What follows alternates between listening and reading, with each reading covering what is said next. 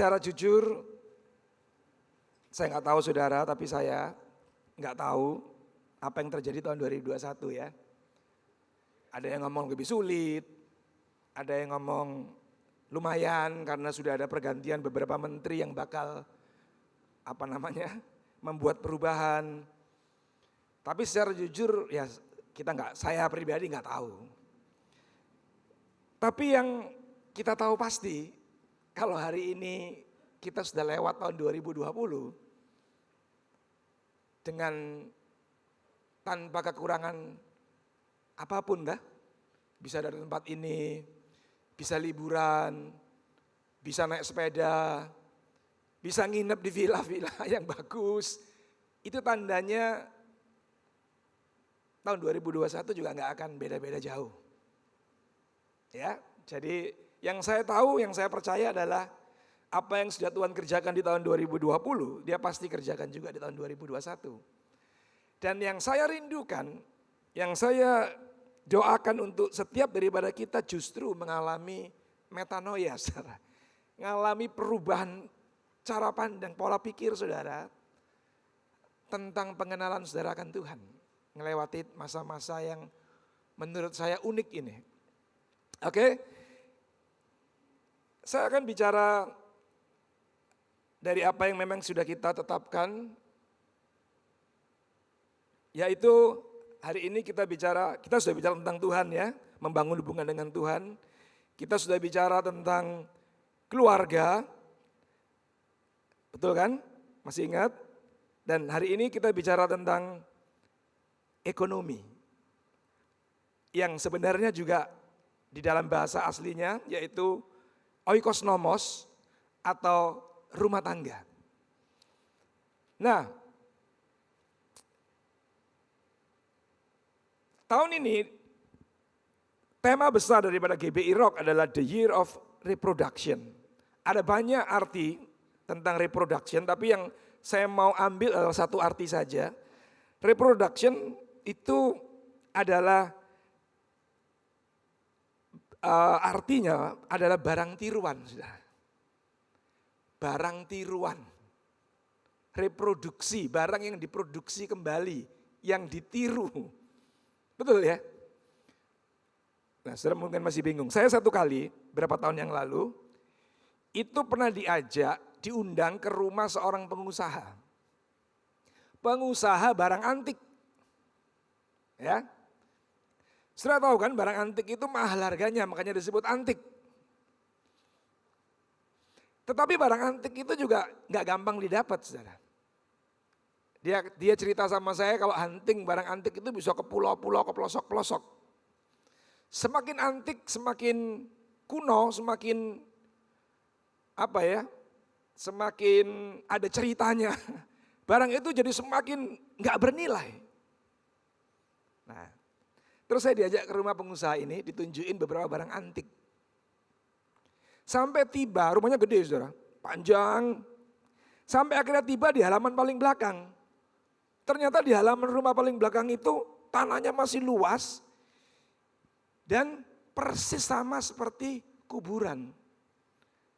Di rumah itu di jarak 1-2 meter itu ada kayak batu nisan, tapi terbuat dari kayu. Dan ditulis tanggal di situ. Kapan sesuatu ditanam di tempat itu? Saya bingung. Karena orang itu lebih tua dari saya, 2 kali umur saya waktu itu. Saya panggil dia Om kan. Om, apa itu maksudnya? Oh, kamu nggak tahu, dia bilang. Kok kayak kuburan Om rumahnya? Kok serem saya ngomong. Itu dia bilang, saya bikin barang yang saya reproduksi, barang yang saya produksi ulang, yang dianggap orang-orang bernilai, yang dicari oleh banyak orang, itu saya produksi ulang, dia bilang. Dan supaya kelihatan benar-benar jadi seperti aslinya, barang itu dikubur, saudara. Dan dia kubur banyak barang, ada puluhan barang, dan dikasih tanggal kapan barang itu dikubur, kapan nanti bakal diambil.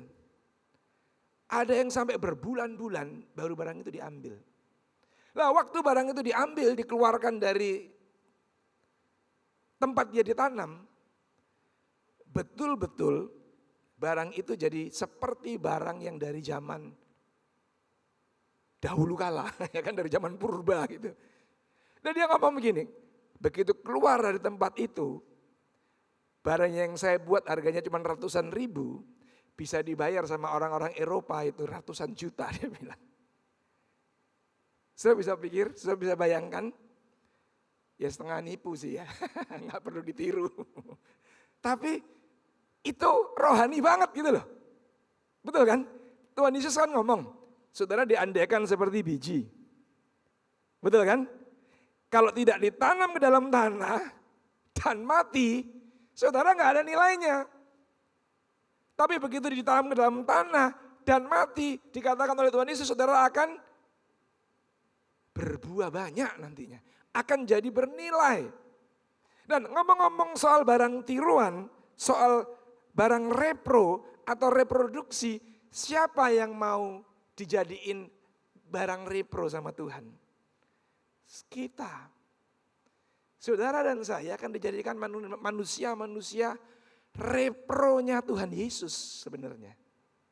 Betul kan? Kita mau direproduksi, mau diproduksi ulang. Kita manusia yang sudah jatuh dalam dosa, yang sudah bobrok, yang sudah rusak total katanya, yang tidak mungkin lagi bisa berbuat kebaikan. Ada yang percaya, ada yang enggak ini. Ada yang suka, ada yang tidak ini. Ya kan, saya ingatkan kembali Pak Michael Chris Dion kemarin khotbah, kita yang sudah rusak total, yang sudah tidak mungkin lagi, tidak mungkin. Bayangin anak yang masih lugu aja disuruh nggak usah diajarin, dia akan dengan sendirinya dia akan bisa berbuat yang nggak benar. Bohonglah, maunya sendirilah, ya kan? Nggak usah diajarin, karena memang sudah rusak total dari lahir. Betul kan? Nah, oleh Tuhan Yesus direproduksi. Jadi jangan ada yang merasa aku baik-baik aja itu. Sebelum kenal Tuhan aku juga baik-baik aja itu. Aku gak pernah bohong itu. Aku gak pernah nyakitin orang itu. Aku gak pernah apalagi gak tahu. Menurut saya itu saudara rasa. Itu saudara rasa. Betul ya? Tapi Alkitab mengatakan manusia sudah kehilangan kemuliaan Allah. Manusia sudah kehilangan, sudah tahu kemuliaan itu apa? Kabot kan bahasa aslinya. Artinya adalah kualitas. Manusia sudah kehilangan kualitasnya. Kualitasnya adalah karakter ilahi itu. Sudah hilang, udah gak ada. Jadi ya betul, gak ada yang baik dalam diri manusia hari itu. Nah, maka itu gak salah kalau tahun ini kita mencoba untuk mereproduksi ulang hidup kita. Mental kita, cara berpikir kita diproduksi ulang, dijadikan semirip mungkin dengan Sang Pencipta kita, yaitu Tuhan kita. Oke? Nah, saya coba memberikan judul yang sedikit memprovokasi. Judulnya Mana, Money, Mammon. Ini belajar dari YouTuber, saudara. Ya, karena judul khotbah itu kalau nggak sedikit memprovokasi, nggak ada orang mau nonton. Kalau judulnya pastoral message, yang nonton cuma jemaat. Itu pun jemaat yang nggak hadir kebaktian. Yang hadir udah nggak nonton lagi. Makanya jangan heran kalau penonton di YouTube kita cuma puluhan saja. Tapi coba bikin judul yang Yudas masuk surga, pasti banyak yang nonton. Betul kan? Nah, hari ini saya mau kasih judul juga, Mana, Money, Mammon. Karena saya mau bicara tentang money dan mammon. Nah, supaya saudara bisa diproduksi ulang, direproduction, memang saudara perlu 3 hal ini sebenarnya. Saudara perlu mana kan? Apa mana itu? ada tabloid di Surabaya sana judulnya Mana Surgawi. Maksudnya apa? Firman Tuhan. Betul kan? Makanan yang turun langsung dari sorga. Ya tahu cerita daripada mana, kalau saudara nggak tahu, mana itu 40 tahun sebuah roti, kayak roti perjamuan yang kita makan, turun dari surga tiap pagi. Menjadi konsumsi untuk bangsa Israel selama 40 tahun. Jadi 40 tahun lamanya, saya kok mau kasih tahu, bangsa Israel nggak butuh duit.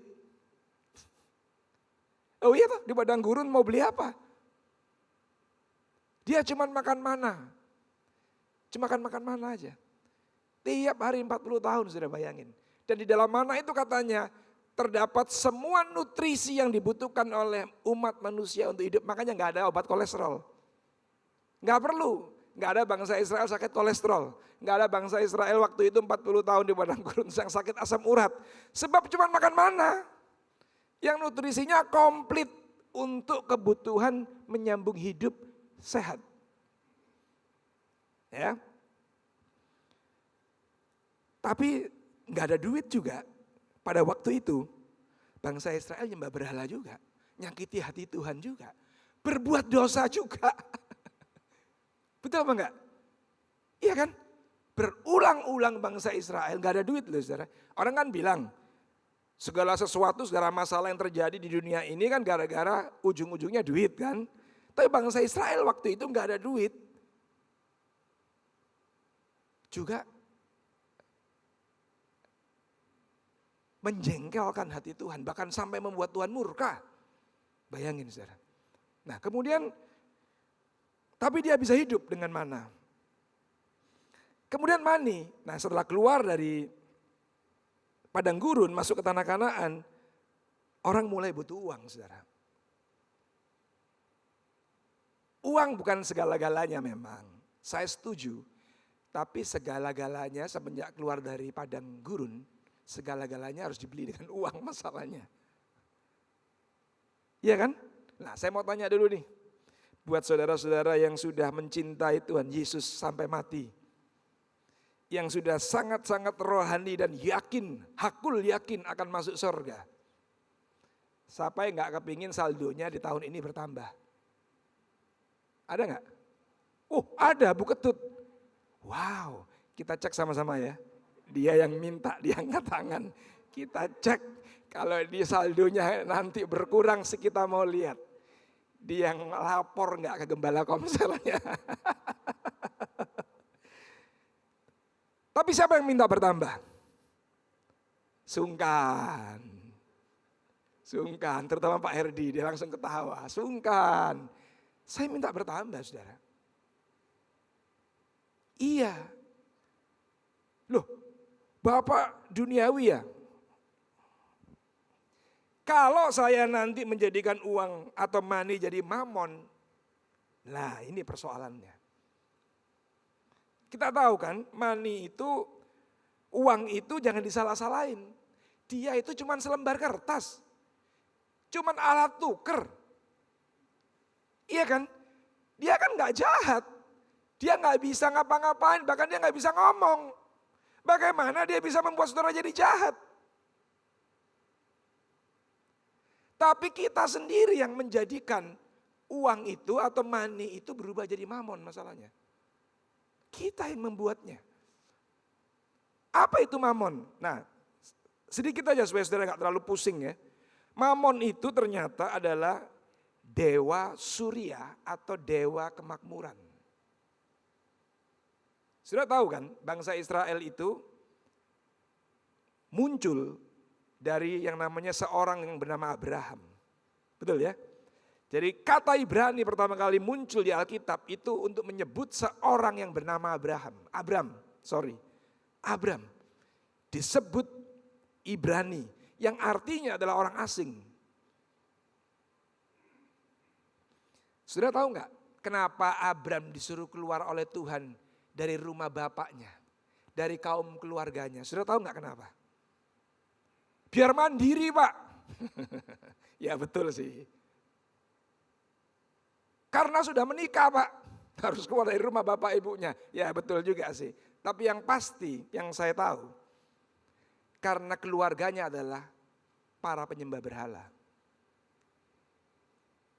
Bapaknya Abraham dan pamannya dan om-omnya dan semua yang hidup dalam rumah daripada Abraham, itu adalah orang-orang yang menyembah berhala masalahnya.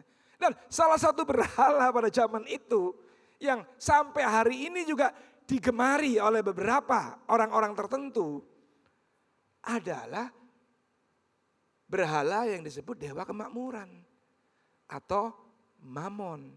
Makanya jangan heran kalau sampai hari ini ada tempat-tempat tertentu yang katanya ada penghuninya, ada dewanya atau nggak tahulah yang bisa mendatangkan kemakmuran. Wah, rame dikunjungin orang di situ. Nah, waktu kita mulai menjadikan alat tukar atau uang itu jadi pribadi.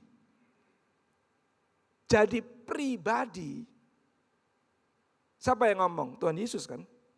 Dia kan ngomong gak ada.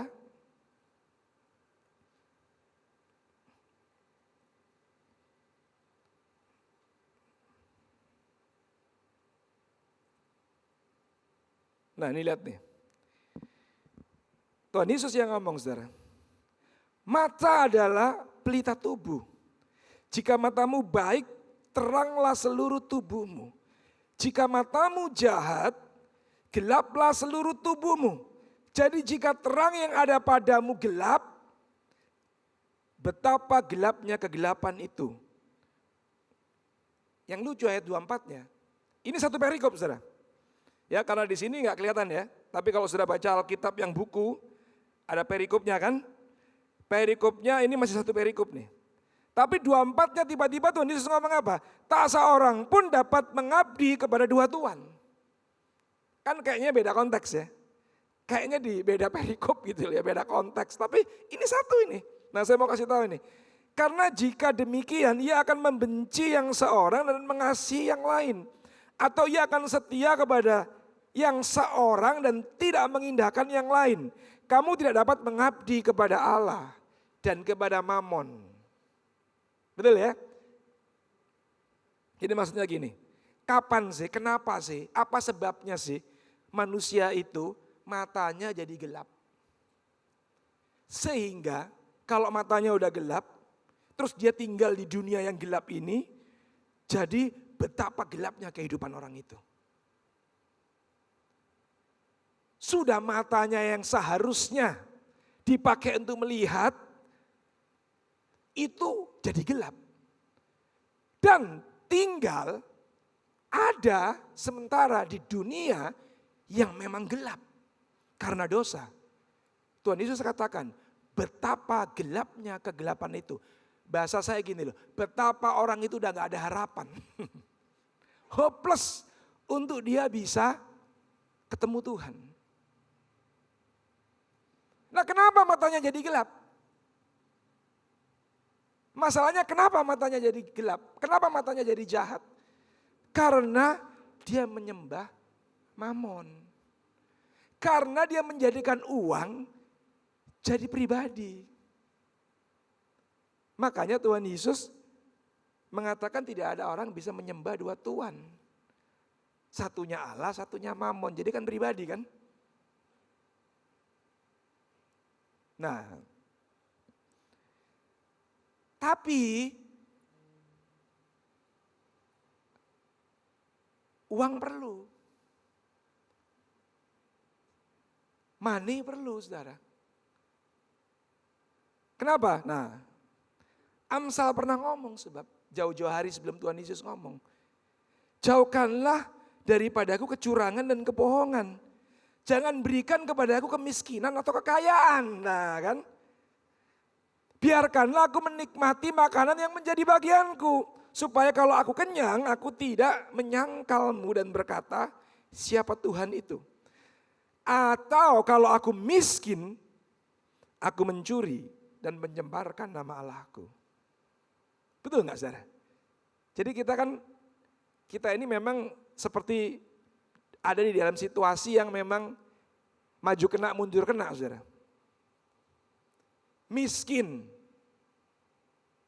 Miskin, bahaya. Loh, betul apa enggak sih ini?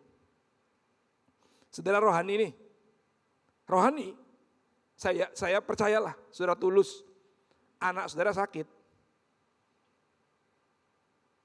harus dioperasi, kalau enggak mati misalnya, dipanggil Tuhan, kalau enggak kata dokter tapi, misalnya harus Pak, tapi Bapak harus taruh DP ini 50 juta, karena operasinya mahal. Saudara keliling kota Denpasar mau pinjem duit, enggak ada yang minjemin. Apa yang saudara lakukan?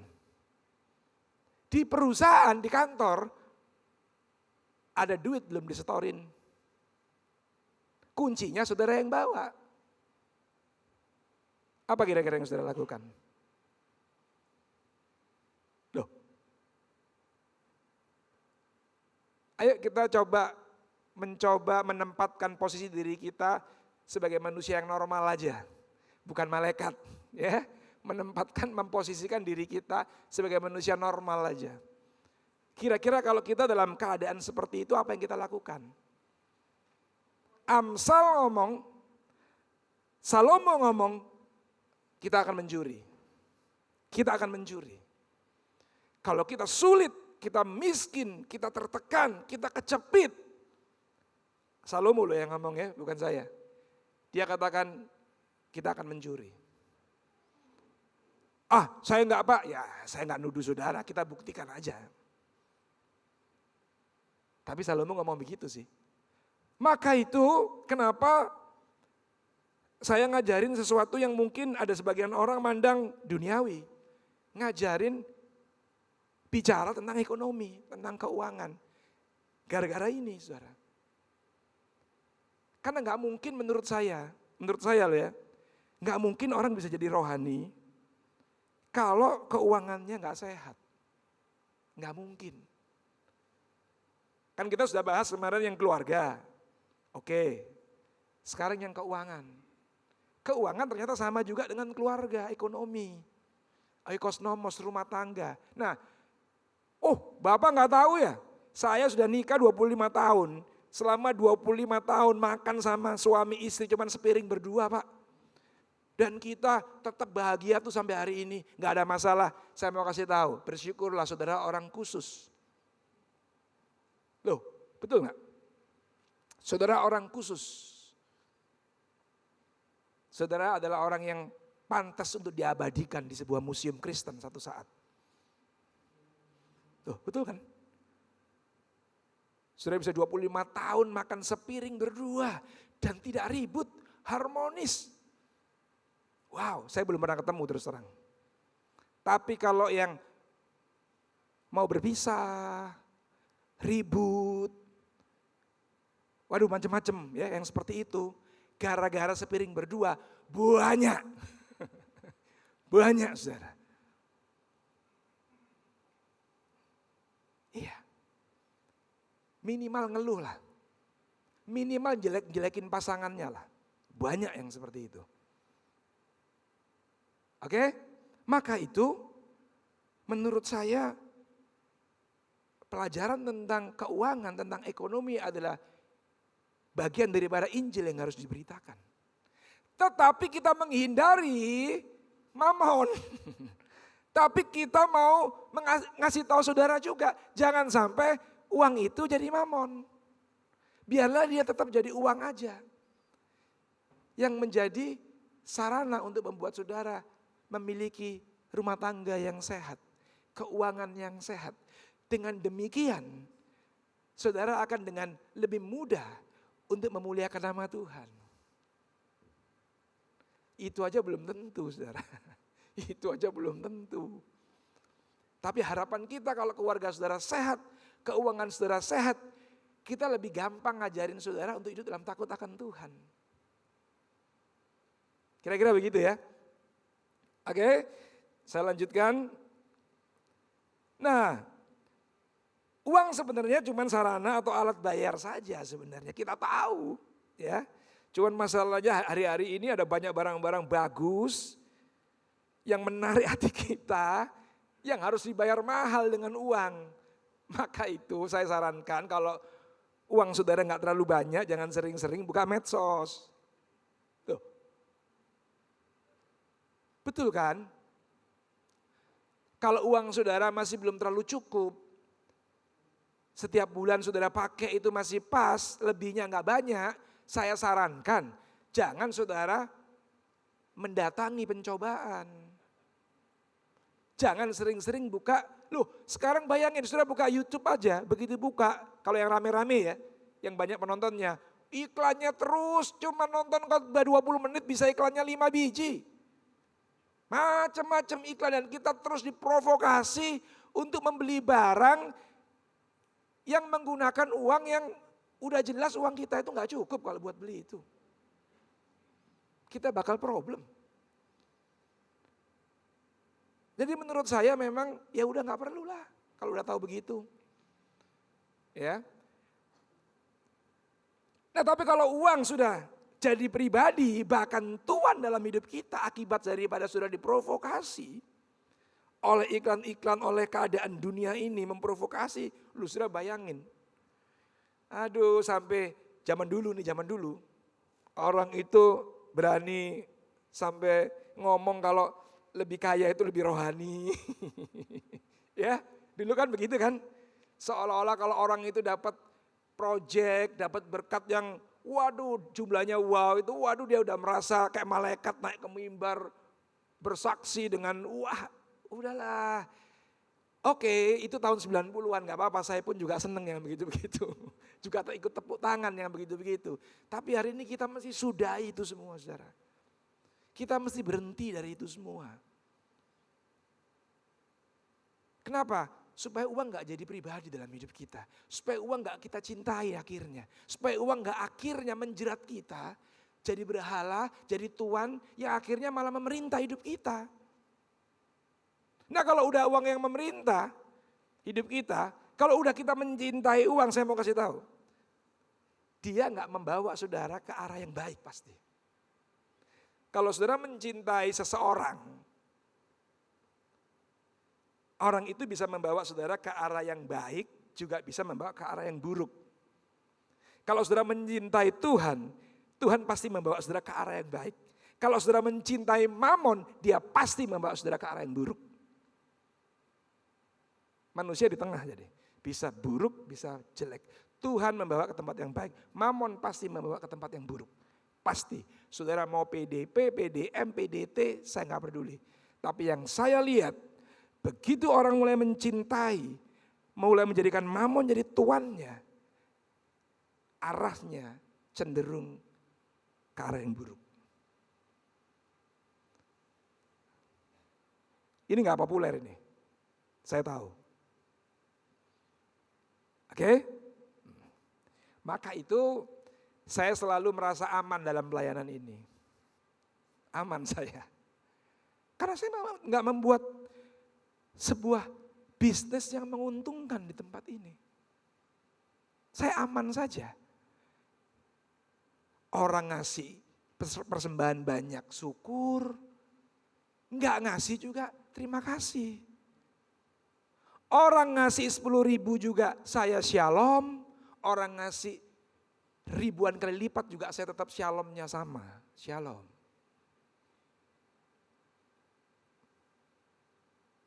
Dan saya tidak seret-seret orang untuk duduk di depan karena persembahannya. Yang saya sering seret duduk di depan cuma Pak Michael aja. Karena dia pastoral, karena dia training pastor, karena dia harus diketahui oleh saudara. Jadi kalau perlu konseling maksudnya biar tahu itu orangnya. Ya. Uang jangan jadi Mamon, jangan jadi tuan dalam hidup saudara. Nah sekarang kita mulai bicara, gimana caranya supaya kita tidak terjebak dalam situasi yang maju kena, mundur kena tadi. Nih, Ulangan 8 ayat 17 dikatakan demikian. Maka janganlah kau katakan dalam hatimu, kekuasaanku dan kekuatan tanganku lah yang membuat aku memperoleh kekayaan ini. Jadi jangan heran ya saudara ya. Semua kita diberikan Tuhan kekuatan yang sama. Semua kita, saudara Kristen atau non-Kristen, semua kita diberikan Tuhan kekuatan yang sama.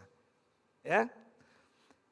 Tetapi haruslah engkau ingat kepada Tuhan Allahmu sebab dialah yang memberikan kepadamu kekuatan untuk memperoleh kekayaan dengan maksud meneguhkan perjanjian yang diikrarkannya dengan sumpah kepada nenek moyangmu seperti sekarang ini.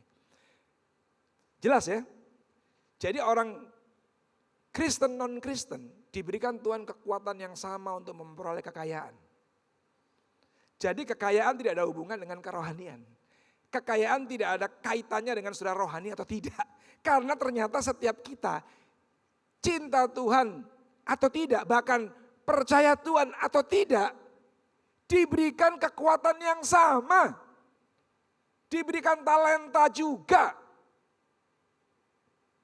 Makanya jangan heran di luar sana ada banyak orang yang jauh lebih berhasil secara materi dibanding orang-orang yang percaya Tuhan. Makanya kita nggak boleh mengagung-agungkan itu semua. Kita sebaiknya tidak terlalu perlu menggembor-gemborkan urusan kekayaan. Karena di luar sana ada banyak yang jauh lebih berhasil dalam hal menggunakan kekuatannya untuk memperoleh kekayaan. Lah kecenderungannya kalau kita nggak ngerti ini, kita merasa jadi seolah-olah kayak spesial. Kayaknya orang di luar sana butuh banting tulang, kerja keras, kita perlu tidur aja. Apalagi di kitab Mazmur ada waktu tidur kita diberkati. Mental kita jadi seperti justru tidak seperti yang Tuhan kehendaki. Nah kalau kita tidur aja diberkati, diam di rumah sambil megang gitar, minum kopi aja diberkati, untuk apa Tuhan ngasih kekuatan kita untuk memperoleh kekayaan? Kan gak perlu. Betul kan? Kasih aja berkatnya langsung. Jatuhin aja duitnya langsung ke rumah kita. Kirim aja langsung ke rekening kita. Buat apa lagi dikasih kekuatan? Tapi tidak kan? Begitu bangsa Israel mau keluar dari tanah Mesir menuju tanah Kanaan, Musa berpesan, ingatlah loh ya, di tempat itu kamu gak dikirimin mana lagi.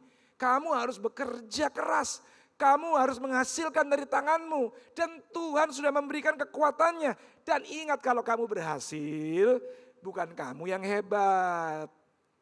Bukan karena kekuatanmu, tapi karena Tuhan yang udah ngasih duluan. Oleh sebab itu, tugas saudara dan saya hari ini kalau saudara ingin memiliki keuangan, ekonomi yang sehat, dan akhirnya membuat rumah tangga saudara pun jadi sehat, tugas saudara adalah menemukan potensi, bakat atau kekuatan itu dan mengembangkan dan menggunakan untuk memperoleh kekayaan. Jangan deketin departemen diakonia. Jangan baik-baikin hamba Tuhan. Jangan memanipulasi data. Bukan.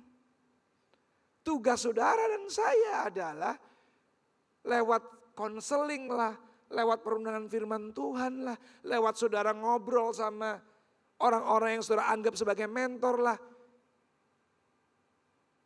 Ini tugas saudara. Tanya, cari tahu kekuatanmu di mana sebenarnya. Banyak orang bekerja tidak pada kekuatannya sebab. Banyak orang melakukan tugas tidak pada kekuatannya. Untuk itu kenapa dalam pelayanan saja kita tiap tahun rencananya mau merubah posisi. Karena begitu dijalankan setahun kita baru tahu orang itu ada pada kekuatan yang sesungguhnya atau enggak. Karena enggak semua orang kan bakatnya sama. Kita mesti menempatkan orang di tempat yang di mana dia kuat. Di mana dia punya kelebihan. Di mana dia diberikan bakat oleh Tuhan. Dalam pelayanan, dalam pekerjaan sama tanggung jawab kita. Menemukan kekuatan kita itu apa. Setelah itu asah terus, kembangkan terus.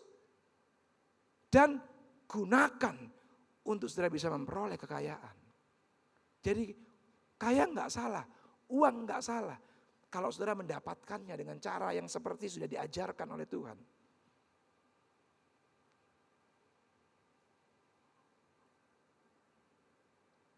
Itu dasar yang kedua. Yang pertama tadi jangan sampai uang berubah jadi mamon. Yang kedua saudara harus mencarinya dengan kekuatan saudara. Nah kemudian yang ketiga, yang terakhir. Yang terakhir nih, Ini saya ambil dari TSI. Ini juga banyak kali di luar konteks yang sering kali kita dengar dan bahkan jarang ini dikhotbahkan nih. Lihat nih, Tuhan Yesus ngomong apa nih? Keputusanmu, keputusan saudara untuk mengikut aku, Tuhan Yesus ini maksudnya ya, dapat digambarkan seperti contoh berikut ini. Keren bahasanya ya. Seandainya ada orang yang berencana membangun satu menara, pastilah dia lebih dulu menghitung biayanya. Supaya dia tahu kalau dananya cukup untuk menyelesaikan pekerjaan itu. Jangan sampai dia hanya bisa membangun fondasinya dan tidak mampu menyelesaikannya. Karena setiap orang yang melihatnya nanti akan mengejek dia. Orang ini mulai membangun tapi tidak sanggup menyelesaikannya. Dahsyat saudara ya. Jadi kalau saudara sudah memutuskan mau ikut Tuhan Yesus, maksudnya gini nih, ini pengertian yang saya tangkap.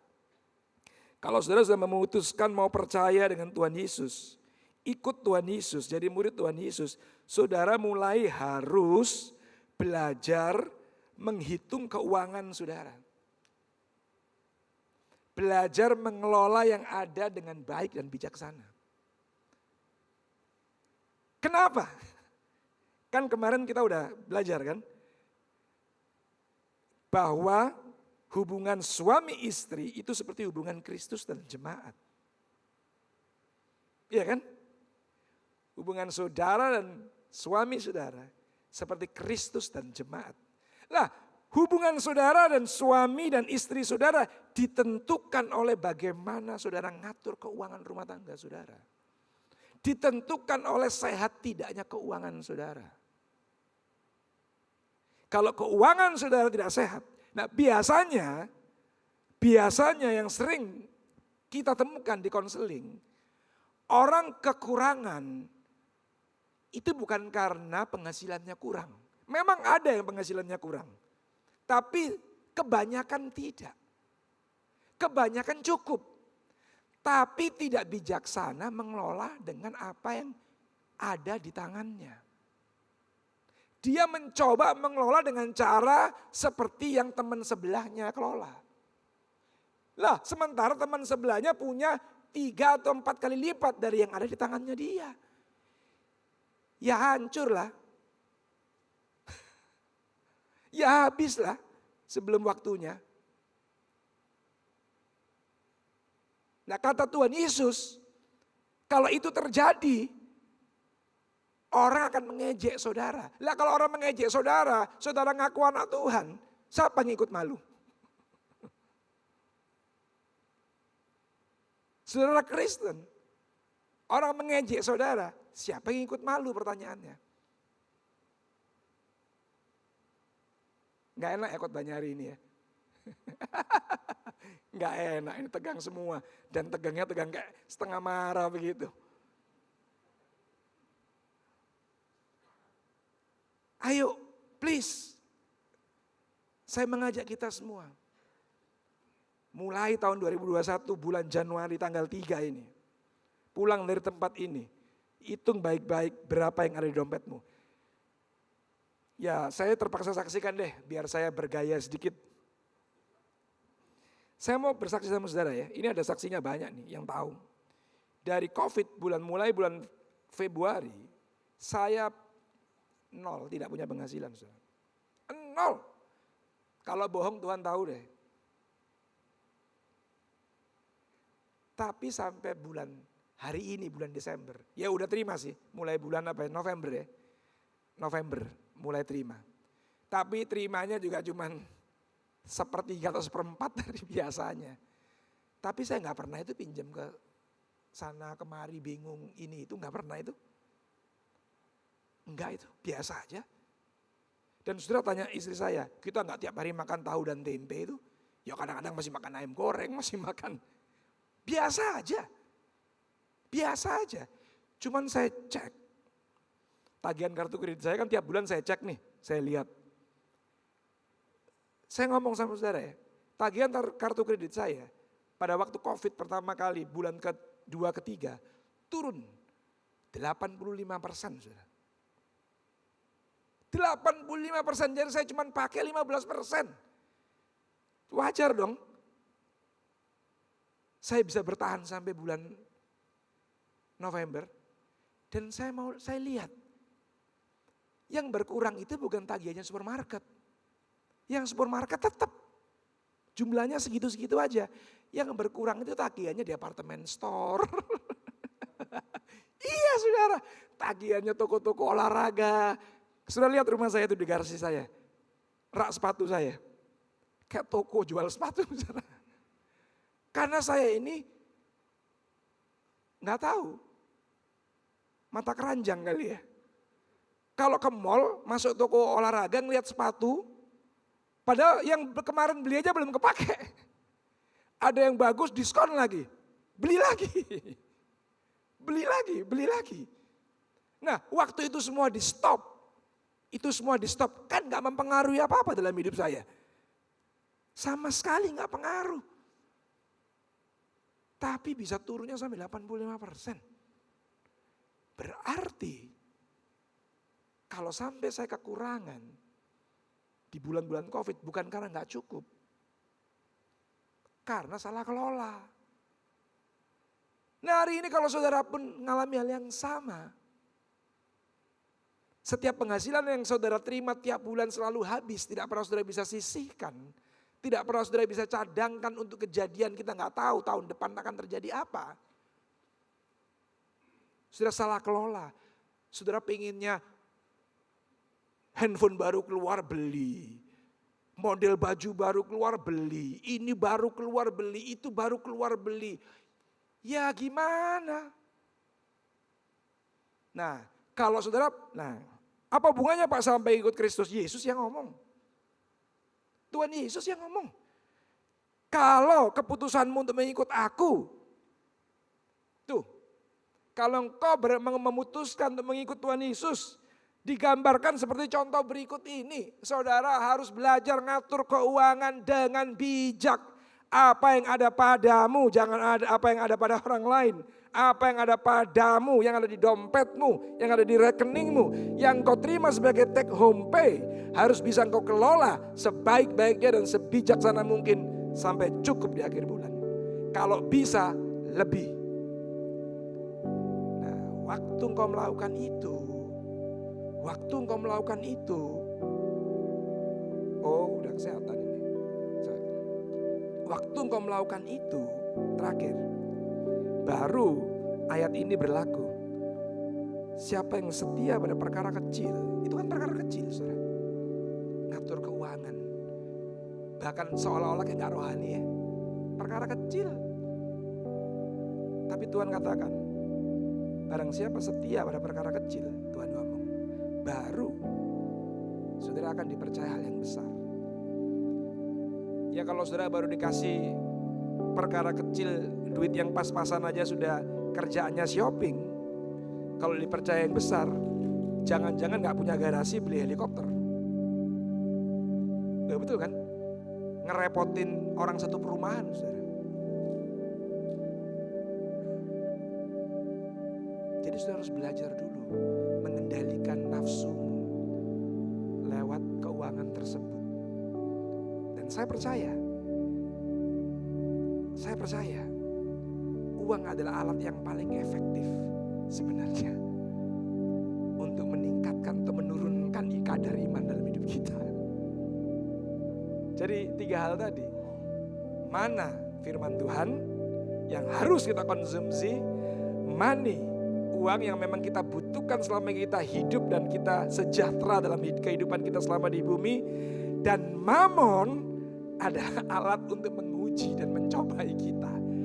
Apakah kita sebenarnya cinta Tuhan atau cinta berkat-Nya. Dan 3 hal itu kalau saudara lolos, barulah saudara bisa membuat tiruan saudara, karena saudara adalah tiruannya Kristus. Saudara bisa memproduksi orang lain menjadi seperti saudara. Dan orang lain akan rela mengikuti, menjadi seperti kamu, kita, karena engkau ditemukan sama seperti Kristus. Amin. Tuhan memberkati saudara tahun 2021.